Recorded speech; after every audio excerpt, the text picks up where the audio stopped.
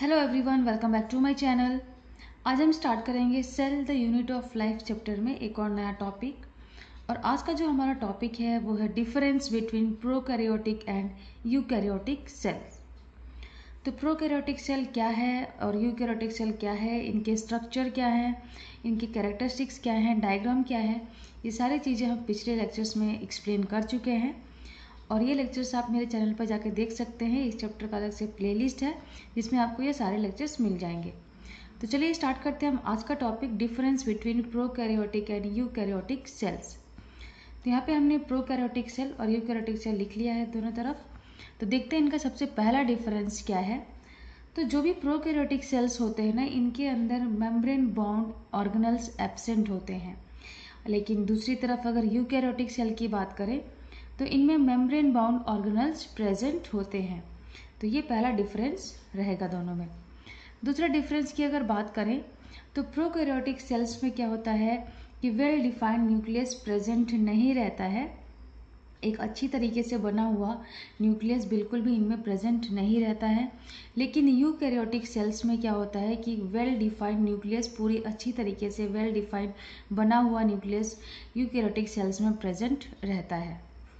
देखते हैं third point की बात करते हैं।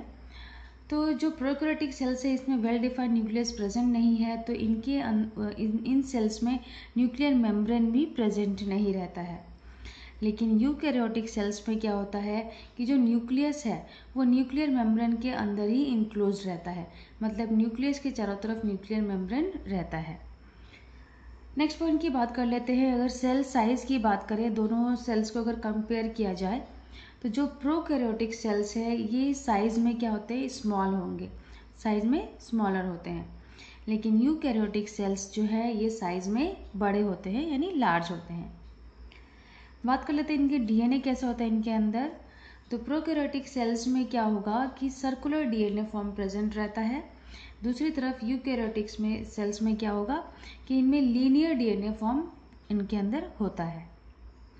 अब इनमें जो ऑर्गेनिजम्स हैं वो कैसे होते हैं, मल्टीसेलुलर होंगे कि यूनिसेलुलर होंगे। तो जो प्रोकैरियोटिक सेल्स हैं इनमें जो ऑर्गेनिजम्स होते हैं वो यूनिसेलुलर होते हैं। लेकिन यूकैरियोटिक सेल्स में जो ऑर्गेनिजम्स हैं वो मोस्टली क्या होते हैं, मल्टीसेलुलर ही होते हैं। नेक्स्ट पॉइंट की बात कर लेते हैं। तो प्रोकैरियोटिक सेल्स में क्या होगा कि सिंगल क्रोमोसोम प्रेजेंट रहता है। लेकिन दूसरी तरफ अगर हम यूकैरियोटिक सेल्स की बात करें तो इनके अंदर एक से ज़्यादा क्रोमोसोम प्रेजेंट रहता है। अब राइबोसोम क्या है कि दोनों में प्रेजेंट है। लेकिन जो प्रोकैरियोटिक सेल्स हैं इनके अंदर जो राइबोसोम्स प्रेजेंट होते हैं वो स्मॉल होते हैं, यानी छोटे छोटे होते हैं। लेकिन यूकैरियोटिक सेल्स में जो राइबोसोम्स प्रेजेंट हैं वो लार्ज होते हैं। तो यहाँ पे हमने कुछ डिफरेंस देखे पॉइंट्स वाइज। अब हम कुछ और डिफरेंसेस देख लेते हैं। सफिशिएंट पॉइंट्स मैं यहाँ पे लेके आई हूँ जिससे आपको एग्जाम में इजीली कोई प्रॉब्लम नहीं होगा लिखने में। तो देखते हैं कुछ और पॉइंट्स क्या क्या हैं। अब यहाँ पे क्या होता है कि प्रोकैरियोटिक सेल्स में माइटोकॉन्ड्रिया एब्सेंट होता है। लेकिन यूकैरियोटिक सेल में क्या होगा कि माइटोकॉन्ड्रिया प्रेजेंट रहता है। माइटोकॉन्ड्रिया जिसे कि पावर हाउस भी कहा जाता है। तो अगर बात करें नेक्स्ट पॉइंट की, लाइजोसोम्स की बात करें तो प्रोकैरियोटिक्स जो होते हैं इनके अंदर लाइजोसोम्स एब्सेंट होता है। लेकिन दूसरी तरफ यूकैरियोटिक सेल्स में ये जो लाइजोसोम्स है प्रेजेंट होंगे। कुछ और पॉइंट्स देख लेते हैं कि प्रोकैरियोटिक सेल्स में गोल्गी apparatus, साथ ही साथ इंडोप्लाज्मिक रेटिकुलम, ये सब चीज़ें भी इनमें एब्सेंट होते हैं। लेकिन यूकैरियोटिक सेल्स में गोल्गी apparatus, इंडोप्लाज्मिक रेटिकुलम ये प्रेजेंट होंगे। सेंट्रियोल्स की बात करें तो प्रोकैरियोटिक सेल्स में सेंट्रियोल्स एब्सेंट होते हैं, इनमें प्रेजेंट नहीं रहते हैं। लेकिन यूकैरियोटिक सेल्स में जो एनिमल सेल्स हैं इनके अंदर सेंट्रियोल्स प्रेजेंट होते हैं। तो याद रखना है कि जो यूकैरियोटिक सेल्स है इनमें एनिमल सेल, प्लांट सेल दोनों ही आते हैं। तो सेंट्रियोल्स प्रेजेंट रहते हैं एनिमल सेल्स में। नेक्स्ट पॉइंट की बात कर लेते हैं प्लास्टिड्स की। तो प्लास्टिड्स भी प्रोकैरियोटिक सेल्स में एब्सेंट होते हैं। लेकिन यूकैरियोटिक सेल्स में प्लास्टिड्स प्रेजेंट रहते हैं। अब बात करेंगे हम सेल डिवीज़न की। तो सेल डिवीज़न किस प्रोसेस से होता है, किस तरीके से होता है। तो प्रोकैरियोटिक सेल्स में जो सेल डिवीज़न होता है वो बाइनरी फिजन और बडिंग के प्रोसेस से होता है।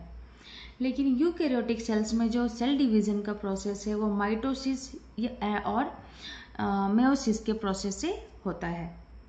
तो ये सारे पॉइंट्स यहाँ पे डिफरेंस हमने देख लिया है। लास्ट में कुछ एग्जाम्पल्स हमें लिखना है। तो प्रोकैरियोटिक सेल के एग्जाम्पल हो जाएंगे बैक्टीरिया हो गया, ब्लू ग्रीन एल्गी हो गया, और दूसरी तरफ यूकैरियोटिक सेल्स के एग्जाम्पल हो जाएंगे प्लांट सेल्स हो जाएंगे, एनिमल सेल्स हो जाएंगे। ये सारे के सारे इसके एग्जाम्पल्स हैं। तो यहाँ पे सारे पॉइंट्स हम एक्सप्लेन कर चुके हैं, बहुत ही सिंपल और इजी पॉइंट्स हैं। तो उम्मीद है आपको जो डिफरेंस मैंने यहाँ पे एक्सप्लेन किया है प्रोकैरियोटिक सेल और यूकैरियोटिक सेल में अच्छी तरीके से समझ में आ गया होगा। और अगर आपको मेरे नोट्स पसंद आ रहे हैं, मेरे लेक्चर्स समझ में आते हैं, तो मेरे चैनल को सब्सक्राइब कीजिए, मेरे वीडियोज़ को लाइक कीजिए और ज़्यादा से ज़्यादा शेयर कीजिए।